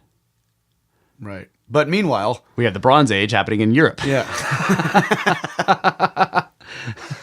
Oh, And man. down there at Pumapunku, there's a lot of green rocks. I'm afraid you're gonna hit that mic. No, I'm with not your gonna hit head. it. It's like so. I know where close. it is. Okay, I don't know. It looks, for me, it's I know where it is. There's a lot of green rocks down there, and staring at your forehead. yeah, stop looking at my forehead. Sorry. I've noticed, like, when you look at the ruins down there, Tiwanaku used to be a port city. It used to be on the water, Right. and there's just green. The stones are coated in green shit, and like copper leaves green residue, right? And near that area is one of the only sources of tin in the Americas, and you need copper and tin to make bronze. So what if they were smelting bronze there at Tiwanaku and then shipping it off to freaking Europe? Anyway, yeah. So there's the huge copper mines in Michigan are a mystery. There are tools everywhere. They're primitive ones or whatever, but there's no people, there's no bones, there's no remnants whatsoever. They can't even find, like, where did all these people live? Like, there was obviously a massive operation going on here. Yeah. They had to have lived somewhere, but there's no sign of any kind of housing or whatever. So I think it seems to have been temporary. Like they showed up during a season in boats. They all came in boats. They got out. They lived on the boats, lived on the ships, probably in the Great Lakes. Did all the mining and stuff. Got all the and then left. And just there was no. And when they were done, they just dropped tools and took off. Yeah, but up there, in Canada, and there are all of these other petroglyphs that are like carved into the granite Yeah. stone, like real deep. And there's like a place. It's just The faces ones are weird. Yeah. There's just so much stuff here, and yet the modern archaeological model is just like, nope. Right. And then there are, of course, the like incredibly anomalous stuff like that Michael Cremo talks about in his book Forbidden Archaeology. But he talks like really slowly. He about talks like for a while. the Clear Eyes guy. Yeah. He's great though. Yeah. Well, I can certainly talk about that. Yeah. So he has all these accounts in Forbidden Archaeology, and that book is like a 900-page tome. Like it's. I need to get that book. Yeah, it's badass. But some of my favorite accounts in that, like during the gold rush in California, the 49ers, the 1849, the gold rush there, there's a mountain there called Tabletop Mountain, and next to it is a canyon, and the miners went down into the canyon and then kind of dug directly into the sides of the canyon walls underneath Tabletop Mountain, okay? And they would sort of drift up and down until they found like a gravel bed, okay? And they got to the gravel bed, and then they would basically sift down to the gravel until they found what was an ancient surface, okay? So it's like it used to be the surface, and now it's underneath this mountain, and they would find a riverbed on this ancient surface and sort of just like sift through it, and there were gigantic gold nuggets in the riverbed down there. That's so freaking awesome. So that's what they were looking for, but they kept coming across artifacts because this is an ancient surface, and so things used to live here, but they were coming across human artifacts like stone tools, yes, like arrowheads and stuff. The most, and they were all over a bunch of the mines. So at the time, the head of the USGS, the United States Geological Survey in California, the head got interested in this, and so he started going to the mines. He would visit the mine. He would do this round, like he would visit each mine and visit and talk to the miners, and then if they had artifacts, he would try to see them. He would document them, or even they would take him into the mine to show him where they had recovered them or whatever. And he did as much documentation as he could. So this guy, a legit scientist, was recording all this stuff.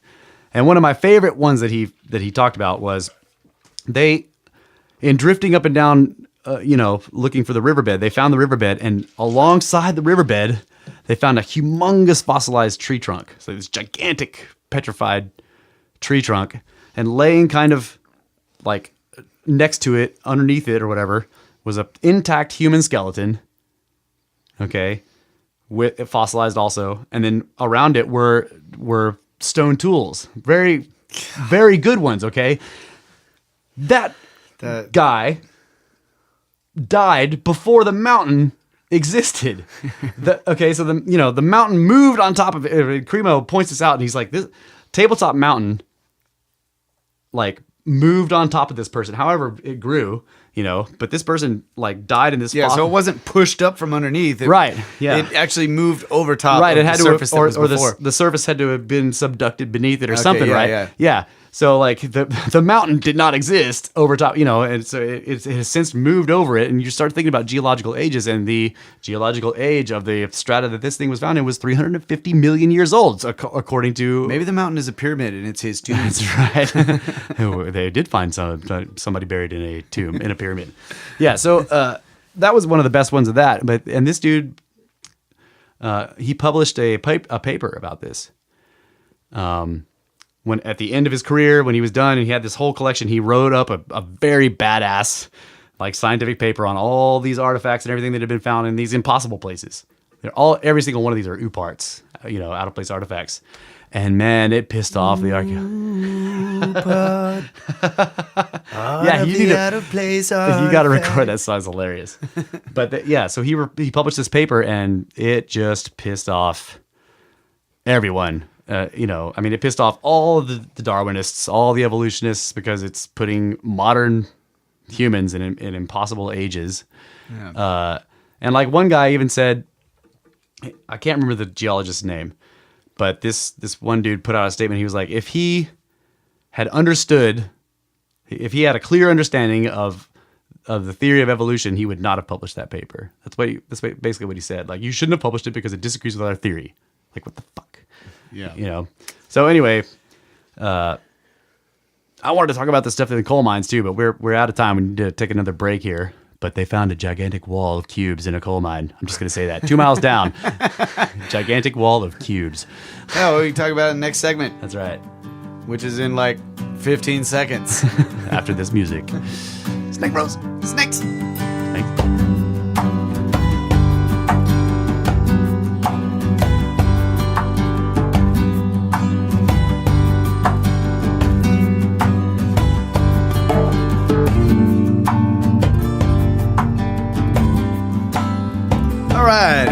And we're already back. That's right. Ready for the second half of the second hour. Coming to you from our 10 by 10 by 10 tangent cube of science from high atop the Edwards Plateau. And coming out to you wherever and whenever you are. We're talking about ancient shit. No way. Deep in the ground. We don't talk about ancient shit. Yeah, we're trying a new thing out. We talk about Luke George, who invented star rats. That's right. And that was also ancient because it was in a galaxy long, long ago, far, far away. That's right. Yeah. So it's also ancient shit. Ancient death planets flying around shooting stars. The dark planets lit by no sun. With light I've been listening to Night saboteurs. Vale, in case anybody can tell. I found this great podcast called Night Vale. It's like really short, weird stories. It's got in my head. Anyway, I briefly mentioned a wall of cubes 2 miles beneath the ground. And that was Science cubes.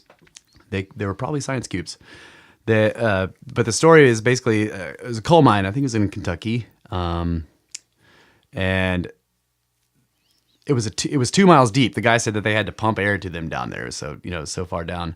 But they basically had it was a shaft going down 2 miles, and then it kind of at the bottom of the shaft a tunnel or a drift went, to either side. So it was a long tunnel, and then off that tunnel were rooms where each individual miner or engineer or whatever had his particular room that he was assigned to. He would go in there and set charges, and then they would set the charges off at the end of the day and blast, and then they would wait for so they would leave the mine, and then the next day they come back when all the dust is settled. They go down in there and there's coal broken off everything, and they start loading it up.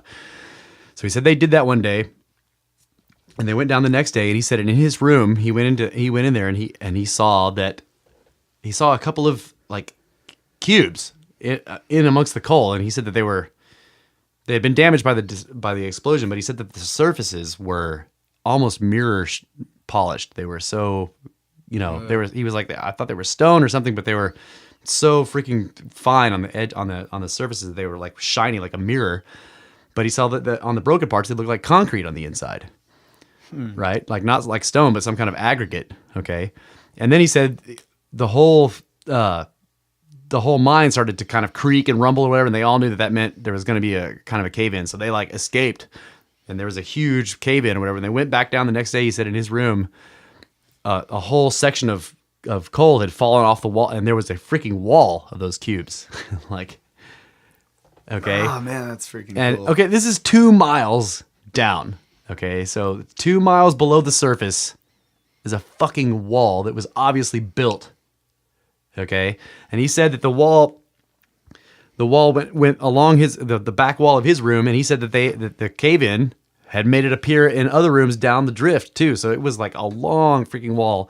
And he said that after that, the company pulled them all out of the mine, shut it down, and sent every one of them to different places, like to new. They completely shut the mine down. But I bet you it's still there.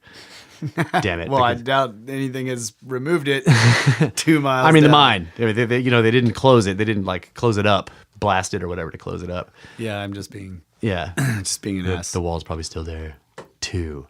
But that's one of my So there's a bunch of stories about people finding stuff in coal. I mean, like through the Industrial Revolution, when people were handling coal personally. So like you have the coal miners down there digging it out personally, whereas now we have machines doing it. But then coal was being delivered to people, in big chunks, and they, down a chute into your basement, where you would then go down to the basement and break the chunks up to be able to put them into your furnace, right? And so people were finding stuff in the coal. They'd break it open. There's numerous reports of people breaking open a big chunk of coal, and there's like a gold chain, something gold, or usually because it's the only thing that doesn't get destroyed by time. But they would find gold artifacts embedded in the coal, like, and there's numerous stories where they would take it, a woman would find it. The chain would be hanging out of the other half of the coal, and the one that she had broken off would have the impression or whatever. The impression of the chain, and she would take it to the local doctor or somebody who was, scientific in nature or whatever, the local natural philosophers, and then of course they would display it. They were like, it's like, what is this? And of course, because of the times, we were talking about the 1800s, early 1900s, they considered it to be because of the flood. Right. Stuff gets buried deep in the earth because of the flood, right? Which, who knows what it was, but there's enough of stories like that are, I don't know. We talk about low-hanging fruit.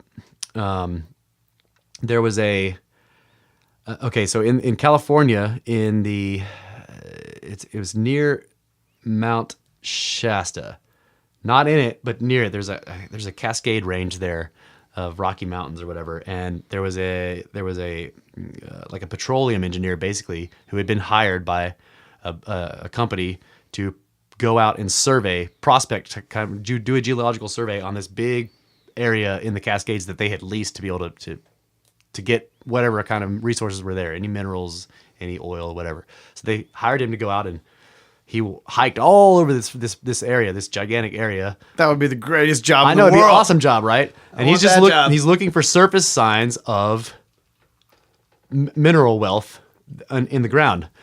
And he found I thought of you when I was reading this, because you talked about this, how you would think, like you see like a mountain face, and then there's this like sort of ramp of material, and you're like, there's a city buried beneath that, because that's where you put your city there, and then all this stuff collapses onto it.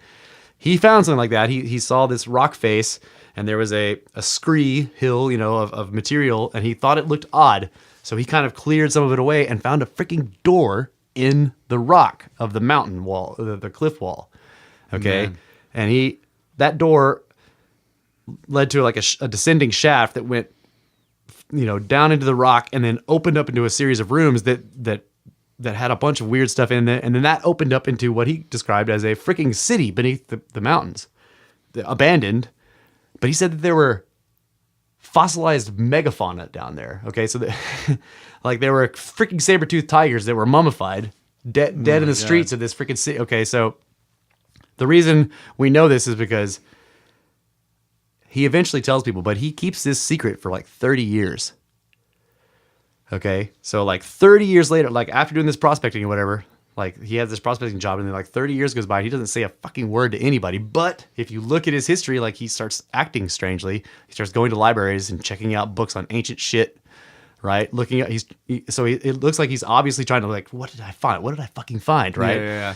So he's looking up all this weird stuff, but he keeps it completely secret. He doesn't tell. He gives the company the report on the all the mineral wealth or whatever, but he does not tell them about this. He's like, this is not mineral wealth. He's like, But he continues to go back to it, and apparently he does research on it by himself for 30 years, and eventually, like near he's getting older, and he decides, okay, like it's time to tell people about this, and he sort of has it's not a press conference, but he goes to like a local like a geological chapter or whatever, and basically gives a presentation.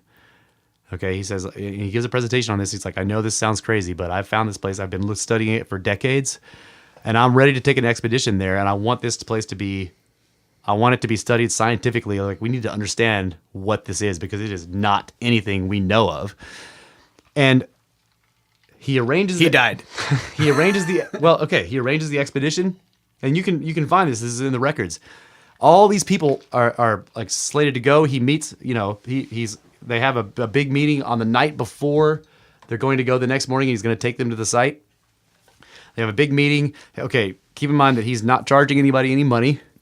Okay, so he's, because people Can't follow the money. Right, well, people are like, oh, he's just hoaxing people to make money, right? Well, he's not charging anybody any money. Everyone's ready to go. They've got all the vehicles, everything's ready to go, and so they leave to go sleep, and then come meet back in the morning, and he never is seen again. Ugh. Okay, and like that's this same type of thing is repeated over and over and over. I have this problem with those things that, like, there's two ways to look at it. Right. Like, every fantastic story like this ends in the same way. No one knows. The guy died, vanished, never came back, blah, blah, blah.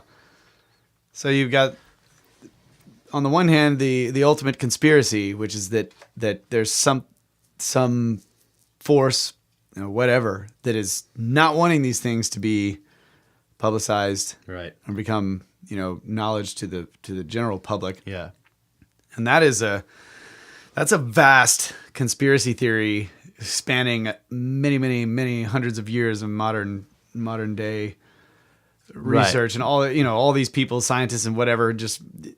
Or like the giants all disappearing. Or it's just or it's the same, like, the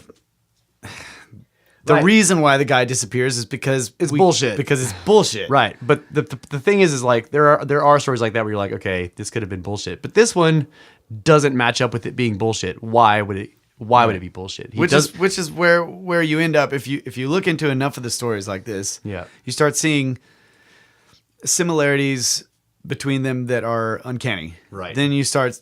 Then the things that have actually been proven about the stories start to add up. Like, the various things are the same across the board on all these different ones.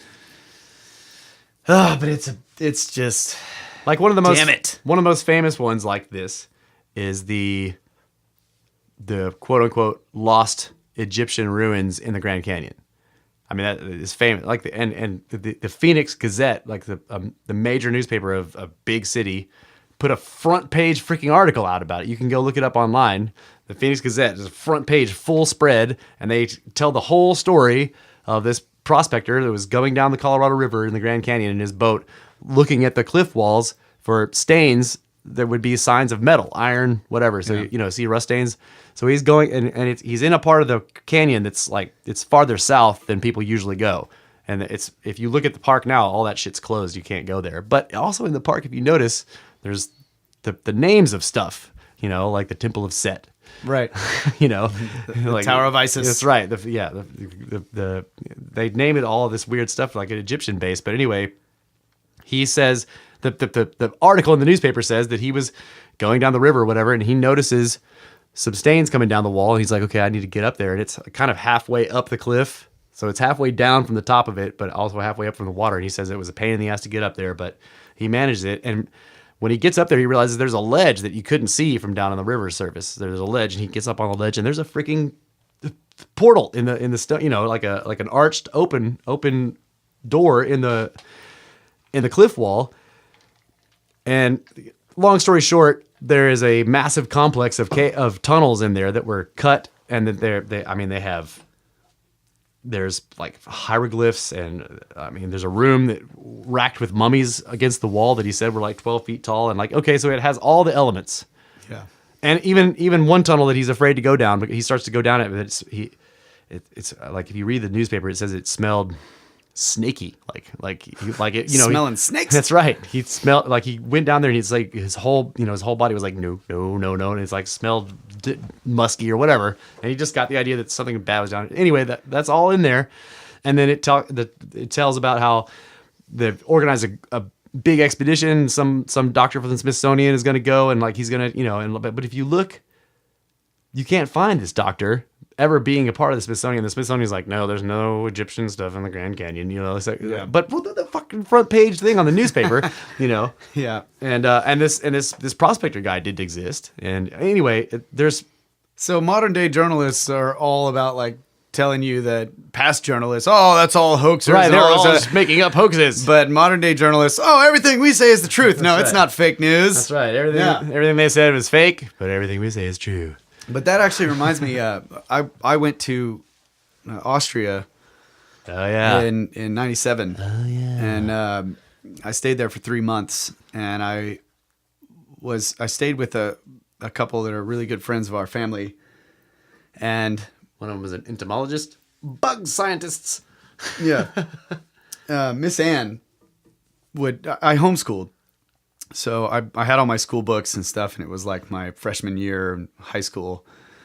And Miss Ann would give me like these assignments, pretty much every day. She'd write something on a piece of paper. Here, go find this place, and just come back and give me a report, And sometimes she would take me to various, castles and all this kind of stuff. Well, one of the places she took me was this castle that was out of the city. I was in Vienna. I don't remember where the castle was. I could find it if I looked it up, but terrible about names. I don't remember the name of it. We'll never find it. No, I've looked it up before. But, okay. Anyway, I went there, and there was a moat in front of the castle, and there's the bridge, the drawbridge or whatever that you go across. And I'm like standing on the drawbridge, and I'm looking off the side, and I see down in the moat. It was a dry moat, really, really deep. There's like these archways that go, there's an opening way down there. It just goes into the side of this cliff face or whatever, but the archways are like constructed stone. Yeah. And they're really strange. There's like a curve on the left side that goes up into the thing, but it doesn't completely arch all the way back down. And then on the right side, there's another curve that's further in from that, going up from the right to the left. And there's like numerous ones. It was really strange looking.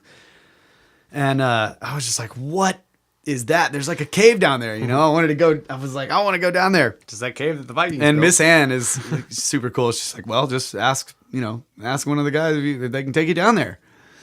So I asked this guy, like, hey, can I go down there? And he's like, I'm thinking he's just gonna be like, no. He's like, well, you'd have to climb down. And I'm like, yes, but I can. And he's like, yeah, sure, if you can find a way down. Yeah. Don't blame me if you get lost and die. So I'm like, all right. So I go off and I'm walking around this moat looking for a place, and I find a place where I can climb down into it. And I climb down there, and I run across the bottom of the moat down. Get eaten by alligators. No, it was okay. dry. All right, It was right, totally right, dry. right. I mean, there were trees growing down in the bottom of this thing. Wow. But I get down to this thing, and I go in. I don't have a flashlight or anything. But the entrance goes in. It's this big room, and the ceilings are like really, really high, and there's like these huge beam looking things up at the top, and there's like chains and stuff hanging down from these beams. I was just like, whoa, that's weird. And there's Castles a big always room. have rooms beneath it with chains. Yeah, hanging yeah. down, skeletons hanging from the chains.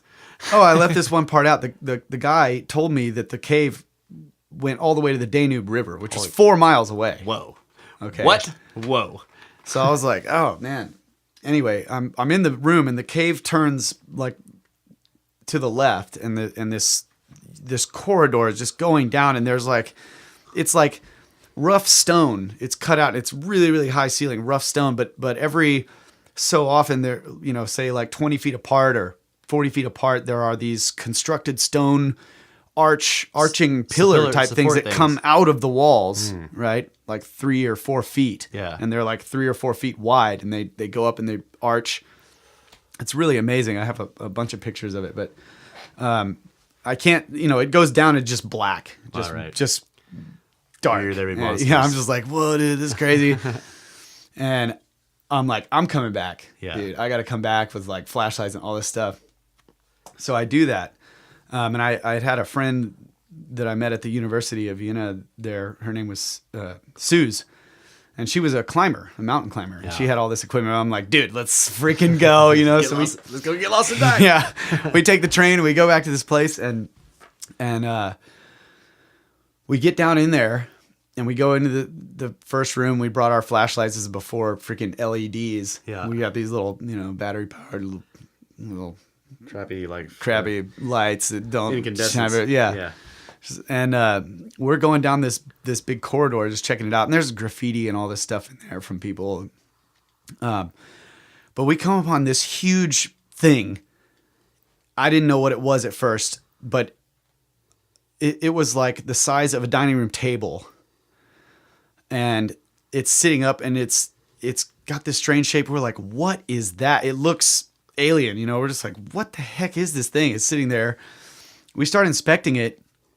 And there's like this big pocket, like this bowl-shaped thing in the middle of it. And it's got these wings that come out on either side that are big, wide things. And I'm looking, and the bowl, in front of the bowl are like these two bulging, like almost spherical shaped knobs that kind of stick out from either side of the bowl. And I start to realize like that is the socket of a bone. Oh, shit. And I'm like, I start looking at it closely with the light, and sure enough, like there's a broken part of it, and there's marrow. Like it's this thing. Whale bone. It's a pelvic bone. It looks like. Whoa. It sort of looks like a vertebrae, but a pelvic. It's got the two wings on the side, big flat thing. And I'm like, dude, this is a freaking pelvic bone. And there's like these massive iron bands that go around it that have like links on it, like it was chained, like they had it chained or something. But it's huge. Okay, can't pick it up, can't move it. Massive thing. And we keep going, and there's another one in there, slightly smaller. And I have pictures like standing next to this thing. It's massive. And then a little further in is this really long, like tree trunk looking thing, but it's got a flat side and it curves. And the flat side is on the concave, the inside of the curve. It's this long, slow curve. It's like a rib. And at the very end of it, it's big old knob on it. Yeah. Like a rib bone. And I'm just like, this thing's freaking, 15 feet long or something. It's huge. It looked like a tree trunk. Yeah. And we are just like, what the heck is this? Whales. I don't know. They also said we heard there were, mammoths and stuff that were discovered there. And so I had assumed it was a mammoth, like mammoth bones or something. I don't know. I mean, at 15 feet, that's got to be a whale. It probably, I don't know, man. It's and, huge. like whales were a huge source of energy for, the blubber, the oil, the meat, they were, yeah. Yeah, so this is down in this cave, right? And if there used to be water there and it came from the river, presumably they could have gotten the whale carcass into the, I don't know. I have no idea. But it was weird that there's bands or metal bands. But the cave, this is the problem. The cave is like huge, right? And we're going through where these bones are. It's massive. But it keeps getting smaller and smaller and smaller and smaller. We get down to this one part, and it looks kind of like the end. But there's this tiny doorway that's like only maybe 4 feet tall. You have to bend over completely. Oh. But it starts out, say, it's pointed on the top. Yeah, 2 or 3 feet wide, and the two sides slope in, and it's a point, like in a church, like a doorway in a church or something. Yeah. And we duck down and we go through that. And it's like this long, long straight hallway, just like that. But this is literally carved out of the rock. I mean, it's just solid stone. There's no more construction.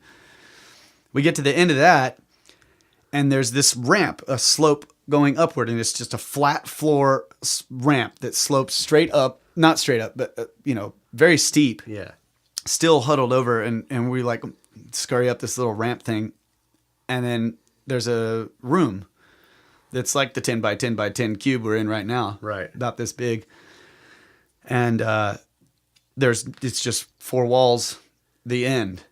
But there's a door, a wooden door, old wooden door that's like sticking out of the corner. The hinges are like onto the side or the corner of the 2 walls that come together. And the door is just sticking out there. Like you could swing it to one wall, swing it to the other wall. There's no opening. But on the right side, it's bricked. Brick and mortar. All the way up. Like sealing off this doorway. And probably because it goes to the river and you don't want people coming up it. Yeah, I don't know. But there was a little tiny hole up in the top of the wall facing straight away. Like the doorway would be on the right. And we've come into the cave and come into the room, and on the opposite end of the room where you'd be looking if you walked in, there's this little hole about the size of maybe a little bigger than a golf ball that looked like it was going to the surface. Like I could see light like coming through the hole. And I tried to like shove some stuff out of the hole and like, I'm going to go find this thing out in the wood. And I just like, I went all out in the woods. I could not find that hole wherever it went, but I don't know, dude. That was just crazy shit. And there was a deer in there. We're like going way down in the back and we hear some noise like, whoa, what is this? And Suze has the flashlight and she freaks out and just throws it. Like, just throws the flashlight and we jump against the wall and this freaking thing runs by us. Boom! Wow. And I was like, dude, it's a lion. We're dead. But I jump out and I have this little disposable camera with the flash, and I just jumped out off of the wall and just took a picture flash, and I saw it because it was basically pitch black. She throws the flashlight when something's running. Classic. That's like classic, yeah. Yeah. So I flash the camera and I see it's a freaking deer, a white-tailed deer, just like running out of the cave. That reminds me of those 2 girls that went missing in South America where they found a camera way later, and there were all these pictures in the dark. You remember that story? No, but the way you're looking at me when you're saying that is kind of freaking me out. I'm getting goosebumps. And yeah, shit. because it's just I'm like, because I have looked at this story and I'm like, what? But then you just say that right there, like she throws the flashlight, it's gone, but there's something out there in the dark, and you use the flash to see it. Yeah. Well, these girls, I think I took multiple pictures, and you can tell like in one of the pictures you see the deer's hindquarters and it's the whitetail sticking up, and in another picture you don't see anything. In another picture it's just like just crazy, like whatever. Right. So pictures of the inside of a cave randomly. Yeah. So this story, these girls disappear, and then months later their backpack is found miles and miles and miles away from the trail that they went on. They went on this easy trail that kind of loops around. It's not anything it went into the jungle, but you don't need a guide for it or anything like that. It was considered an easy tourist trail, but they went down that trail and they never came back. Well, months later, their backpack is discovered, and it's miles away from this trail, but it has their stuff in it. And one of the things in there is one of their cell phones, and on the cell phone are photos of them that day when they're on the trail. Okay, there's a bunch of photos of them on the trail, smiling or whatever, and then there's no pictures for like 8 days, and then there's like 100 pictures in darkness.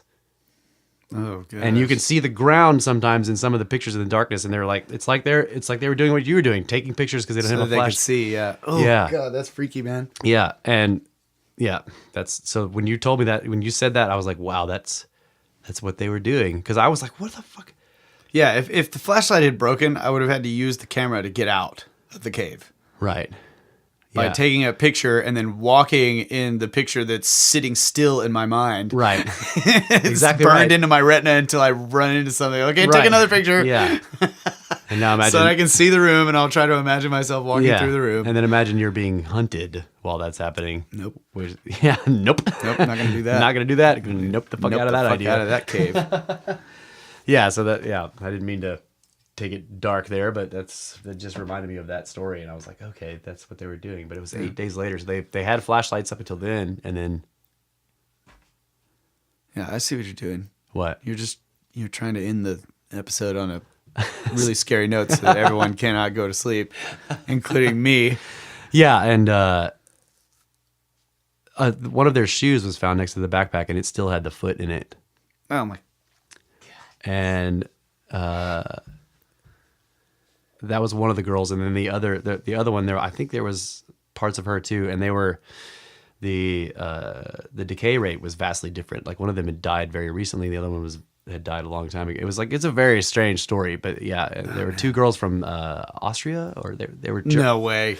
Yeah, they were they were from. That's where I was. I know. It's like they were either from Austria. They were somewhere from Europe, but I think they could have been Swiss. I don't know, but yeah, they came down to South America to learn the language and to sort of just do the tourist thing. And there were also some ancient ruins near this castle where that cave was. Just reminding me. I think they were Roman.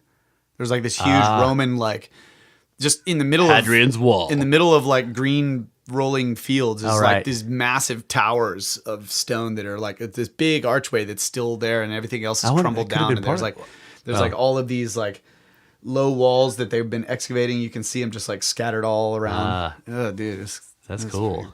It was pretty wild. I never got to get to see any stuff like that. Come on, we climbed around on a freaking pyramid somewhere in Guatemala. Yeah. On a banana plantation. Is that where it was? Yeah, we had to walk through a banana plantation to get there. I was so little. I just remember like ducking through these little weird doorways and stuff on that massive structure or whatever it was. It's actually a famous site now. It's got some of the tallest Mayan type pyramids, and remember how steep they were? Yeah. Yeah, and I remember being there. There's a gigantic banyan tree. You remember that thing? Yeah. Humongous. You just like climb up the roots. Yeah, it's like huge. It's just humongous. We got a picture of us in there, and like we were little dots next to this tree. But the Mayan ziggurats were kind of behind that, and there were two of them that had been cleared off by the archaeologists. And I climbed all over. Over them. I think it was like the coolest playground I'd ever been on. Yeah, and I remember going like there were little weird niches you could kind of slip down inside, and there were like little statues and shit on the walls, but little tunnels you could go through and stuff and come out. It was just, which they gotta go back there. They're like machines, But I also remember that kind of off in the jungle distance you could see it was in the jungle, so it was kind of dark. The area where the pyramids had been cleared was also cleared, so there was sunlight coming down from the canopy. But you could see in the darkness of the jungle gigantic hills that were other fucking unexcavated pyramids. Oh man, I want to go back. Oh man, that place was amazing. Yeah, and it was in a banana plantation, which is impossible. All right, well, that's the end of the episode. Episode 6. Hope you guys enjoyed it. Our last episode. Wait, no. The final episode, 6. 5 total episodes. That's right, because one went missing. All right, and if you want to get in touch with us, you can get a hold of us at brothersoftheserpent@gmail.com, or you can go to the blog, which is associated with the podcast, brothersoftheserpent.blogspot.com, and leave comments on the episodes if you have questions about anything we talked about in one of the episodes or anything at all, really. Complaints. That's right. Curses. Hexes, anything like that. Magic. Secrets. You can leave comments. Or things you want us to talk about or want to know if we know about. Or if you have like a really great idea of how to become an out-of-place artifact, you can leave that on there too. But yeah, we will see the comments. We'll read the emails, and we will even read them on the show and address any questions with more questions because we don't have any answers. But yeah, we'll do that. So, and all the music, by the way, is original. It is Kyle Allen, Ty Stone, and sometimes me with the drums in the background. And GMA. That's right. And Byman. And sometimes, yeah, that's right. So, thank you guys very much, and we will see you next week with episode 7.